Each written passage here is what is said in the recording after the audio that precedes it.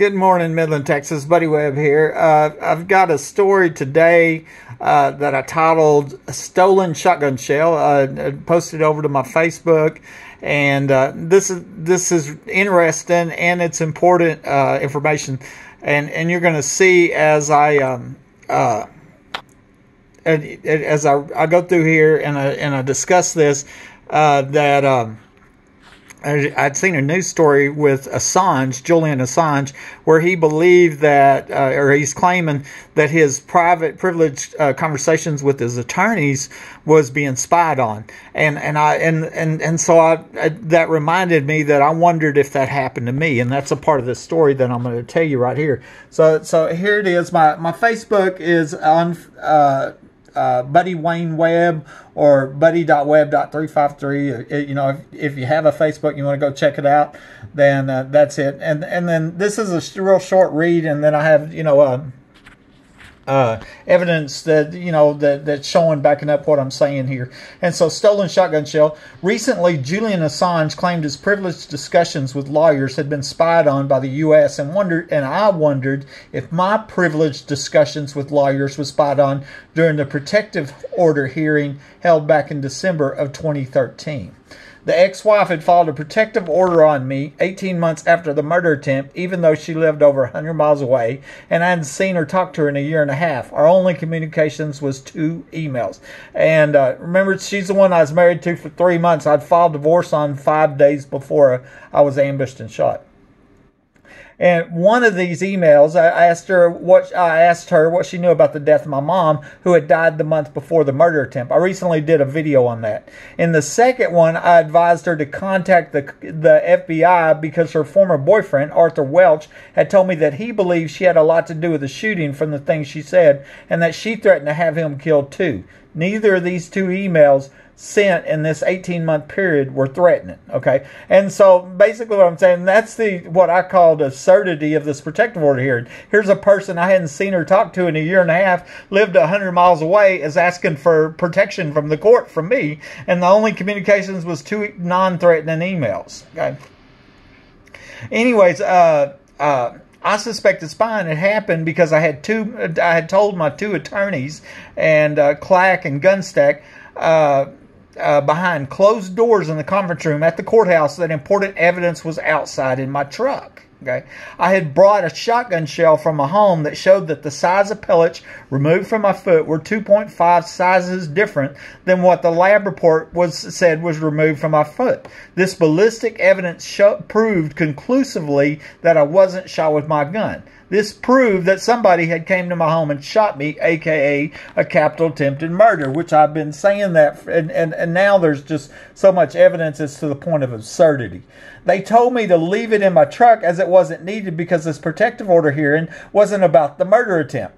When the hearing was over, I found that somebody had gotten into my truck and stole that shotgun shell, even though I had it hidden. My lawyers were the only one that knew it was there but me. That's why I suspected, that maybe I was being spied on. I just couldn't see my own attorneys conspiring against me in a premeditated murder attempt after I'd cashed out my 401k and paid them to defend me against the absurd allegations made in this protective order. That is why I suspected that spying was going on, and maybe there were listening devices installed in the court-appointed attorney-client meeting rooms. And, and that's a huge allegation that needs to be investigated, because if they're doing it to me, they're doing it to other people, but anyway, I emailed my attorney and let her know that the shotgun shell was stolen, and a couple of weeks later, somebody placed it back in my truck. I found it under my seat, and it sure wasn't there, I made a point of double checking my truck. I had it hidden. It was gone. I knew it was gone as soon as I got out of court that day, and then I emailed my attorney, and then all of a sudden somebody sticks it back in my truck as if it was there. And so I'm going to show you. This is a picture that I made, and then at the top I've written, the evidence shows that I was not shot with my gun. It looks like they bought special ammunition to kill me with. The Glazier safety slug can be fired from a handgun, which meets the space requirements, and also Lisa Rogers said I was shot with a .45 handgun, documented. The size of pellets nearly match what the lab says was in my foot and could be used to mimic being shot by a shotgun, and they're plastic tipped. Okay, the surgeon said he removed a large amount of plastic from my foot during surgery, which wouldn't be found in a standard shotgun shell. And the murder, so obviously my murder was planned in advance. So I'm showing here that this is from the lab report. It's 0.3 here on the sizes, and then I'm showing the very important last shotgun shell that I had found. Okay. And then I have a chart up there showing that they're 2.5 sizes different. And basically that's saying, you know, the guy's laying on the ground with a hole in him from a 45 wasn't shot with the 22 handgun. Ballistic evidence every day clears people of crimes, or it sends them to prison. And that's solid evidence. And then the other facts is the entrance and exit wounds were 2 inches above ground. That tells us where the gun was when it was fired. Okay. And I had just reported a suspected tunnel to the El Paso Midland DEA 2 weeks earlier, and that's not even in here. Okay, and then also I put in here the information on this Glazer safety slug, which is plastic tipped pellet filled bullet. Okay, and so that meets all the criteria right there. There's a picture of it, because the surgeon said he found a large amount of plastic in my foot. The size of pellets fit, the space requirements fit. It fits what Lisa Rogers said I was shot with the 45, because you can buy them for a 45 handgun, and I mean it just matches all the way over. I mean, I'm positive that's what I shot with. They bought a special ammunition to kill me with, and then so they could claim that I shot with my gun. And so we're going to go on to the next comment. On October 5th, 2012, 8 months after I had survived being ambushed and shot inside my home, Arthur Welch contacts me on Facebook. He told me that he'd been dating my ex-wife, and then he believes she had a lot to do with the shooting from the things she said, and she threatened to have him killed too. A copy of this message was submitted in court as evidence, and she confirmed that Arthur Welch was her ex-boyfriend. Okay, so here, and I have a copy of it right here, if I can get it to come open, and it don't want to open. Okay, and I'll zoom in on it. But basically, he says, do you think she had anything to do with the shooting? And I dated her for a short while, and I said, well, I think she was in Lubbock at the time. I have this, remember, I showed a video yesterday how to make the flashing text for emphasis. He says, well, I think she has a lot to do with the shooting from the things she said. And then he also says in there that, oh, she threatened to have me killed too. It's up here at the top right here. And she threatened to have me killed. Okay, so this was submitted in court, and she was asked about it, and she says, yeah, he's my ex-boyfriend, etc. And so that was confirmed, you know, and so that was a piece of evidence. Next comment. After I returned from the hospital, I found that my guns had been taken from my home, along with my spare ammunition from my closet, which seemed odd. There was around a half-dozen shotgun shells that were missing, but not listed on the evidence logs. Okay, so there's actually still never been accounted for. Okay, I later found one shotgun shell that had rolled off my top shelf and was stuck between hanging clothes. This was the shotgun shell that was stolen from my truck at the protective order hearing, and it proved that I wasn't shot with my gun, aka capital attempted murder. Somebody came to my home. They drove from their home to my home, sneaked into my home, and shot me by surprise. That's capital attempted murder at your house and my house. That is why the spare shotgun shells were stolen. Okay, so now you know I couldn't figure out why they took the shotgun shells, and now I know why. It's because it proved I wasn't shot with my gun.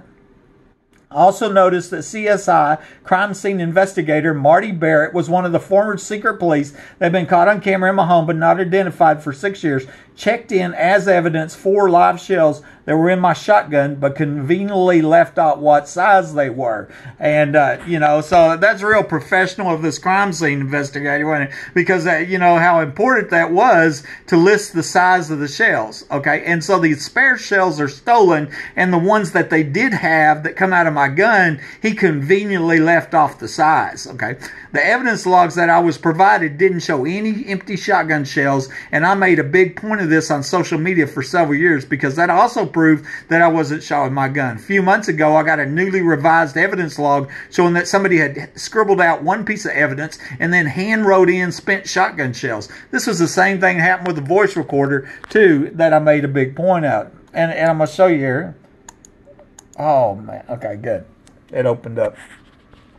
And this was an older post that I made because, like I said, as I mentioned, the the new evidence log that I got with the handwritten in it has empty shotgun shells, because I made this huge point about it. I was posted that on Facebook, I don't know how many times. And you can see here's the crime scene investigator, Marty Barrett, okay? And he's saying here, approximately this time, hospital, Ms. Chandler proceeded at the house, and he picked up my shotgun, okay? And so that's there. And then here it is, checked into evidence, 4 live Remington 12-gauge shotgun shells from my gun. But notice how he leaves off what size pellets in it, and that way it couldn't be proved that I wasn't shot with my gun. You see how amateur that is, you know, and obviously that was on purpose, and you know, that was, as far as I'm concerned, to cover up a premeditated capital attempted murder, as I was shot in my house, and them shotgun shells proved that you know, that I wasn't shot with my gun, that somebody came to my home and shot me, and it's believed that it was police that might have done that. And so the other thing I want to mention here is the scariest thing about this guy's a crime scene investigator. Imagine how many times he has testified about evidence in court, in murder trials, etc. And you know, and I think we're going to find out that this is a man with no integrity. This is a guy that is tampering with evidence, and he's a crime scene investigator. Okay, and so it could very possibly overturn many cases, even let convicted, you know, killers out of prison, because a crime scene investigator has chosen to tamper with evidence, and you know, here where they're trying to cover up this, you know, premeditated murder attempt in my life that crippled me for life. Okay, after I returned from the hospital, I found that my guns had been taken from my home, along with my spare ammunition from my closet, which seemed odd. There was around a half dozen shotgun shells that were missing, but not listed on the evidence logs. I later found 1 shotgun shell that rode off my top shelf and was stuck between hanging clothes. This was the shell that was taken from my truck at the protective order hearing, and it proved that I wasn't shot with my gun, aka capital attempted murder. That is why the spare shotgun shells were stolen, okay? And now you understand why. Now, I didn't know, why did they take my spare ammunition, and now I understand why. It's because it's showing that I wasn't shot with my gun. Also notice that CSI Marty Barrett, who was one of the former secret police that had been caught on camera in my home but not identified for 6 years, checked in as evidence 4 live shells that were in my shotgun, but conveniently left off what size they were. Okay, the evidence logs that I was provided didn't show any empty shotgun shells, and I made a big point of this on social media for several years, because that also proved that I wasn't shot with my gun. A few months ago, I got a newly revised evidence log showing that somebody had scribbled out 1 piece of evidence and handwritten in spent shotgun shells. This was the same thing that happened with the voice recorder. I made a big point of the voice recorder not being stolen, okay? And all of a sudden, it's hand wrote in on the report after years of me posting on Facebook. On this revised evidence log, I saw where MPD Sergeant Matt Davis listed 2 spent shotgun shells. Evidence has been found showing without a shadow of doubt that I wasn't shot with either of them, because I wasn't shot with my gun. Matt Davis was the police officer listed as being at my home first on the long withheld police report, but it wasn't seen arriving on the security camera, which told me that he was under my home and somebody under my home had shot me. He quit the police force on the same month as the protective order hearing after only 12 years, which means he didn't get his pension. I suspected it was because his boss had figured out that he was involved in the premeditated for-profit capital murder attempt in my life, and they were destroying the life of a crippled crime victim that had been reporting crime to them. Okay, and so this is the new evidence log that I just got, and notice how they scribbled out the whole, okay, because the evidence logs I report, you know, that I received under subpoena in 2013 and even in 2012, you know, this whole wasn't scribbled out. I mean, that was 1 piece of evidence, but now it's no longer a piece of evidence. They scribbled it out and they wrote in a 12-gauge shotgun shell voice recorder, and you know, and why were they doing this is because I made a big point of social media saying, hey, here's proof that I wasn't shot with my gun. This is proof of a murder attempt. And so they just scribbled out 1 piece of evidence and wrote in some more. And you know, so I'm looking here at what they got here. April Chandler on the voice recorder, Matt Davis, 2 spent 12-gauge shotgun shells. So what's this mean? Are they trying to say I accidentally shot myself twice? right? You know, I mean, this is absurdity is what's going on here, you know. And I'm not going to read what I wrote on the bottom, but you can come back here and look at that. It's pretty much what I already said anyway. And so let's go to the next comment. I sent my family an email after finding this very important shotgun shell and told them that if something happens to me, then evidence was in my safety deposit box at the bank, and they should sue MPD. But it was the weekend. I hadn't put the shell in my box yet, okay? And so, of course, you know, the people that my family and the people reading this email, they didn't know that the shell wasn't in the box yet. You know, I was planning on doing it the next week. That next week at the bank, the teller was acting suspicious, and before I opened up my safety deposit box, I noticed that the 2 key slots were in a different position from the last time that I was there. And if you know, like on a safety deposit box, it takes 2 keys, right? And so you have to turn them, and so the slots weren't parallel like they were when I left, you know, and you know, and then once again, you know, I like things square, plumb, and parallel, picked up, and all that, and I was concerned about this. This told me that my email had been read and somebody had gotten into my safety deposit box, okay? At the last minute. I'm sitting there thinking about that. I told the teller that I changed my mind about getting in the box, and when I looked at her, she had this deer in the headlights expression on her face. She knew that I figured it out. And what I'd figured out is that, you know, they had somebody had intercepted my email and they got into that box, you know. On the day of the murder attempt, I had unknowingly trapped a burglar. This is what's known now, okay? In my guest bathroom after reporting burglaries to my home for over a year. I was on the other side of the door with my shotgun, as I have a right to protect my life and property inside my home. And we now know these are armed and dangerous killers. These criminals had the choice to turn themselves in, but that would result in exposing the tunnels and underground facilities and many crimes they had committed, you know, such as the murder of the last homeowner, the murder of the young girl at the wholesale party, etc. They chose to murder me and then claim that I'd shot myself with my own shotgun. This would have worked perfectly if I had died as was planned, but God saved my life. Now remember, there was also x-rays there of another guy that had been shot with a shotgun, and we're suspecting 11 days before, and we're also suspecting there's some doctors involved that are killing for profit. Anyway, this shotgun shell was very important and was a miracle that I found it stuck between hanging clothes. It's been one miracle after the next. You know, they planned my murder in advance and have all the resources in the world. Thank God, because these killers have incredible resources, and it's suspected that they killed many people. This is a picture from my bedroom security camera. Actually, the last picture before this camera was terminated or disabled. And I was shot a couple hours later. And I believe at the same time that this picture was taken was when my home phone line was disconnected and my cell phone was stolen. Okay, because I was shot and I had no communication. But what I'm showing there is I had a gun. See, I had burglar alarms going off. I knew I was under home invasion. I had been reporting, you know, people breaking into my house over, and I told everybody in the world. And so anyways, that's very important. Shotgun shells is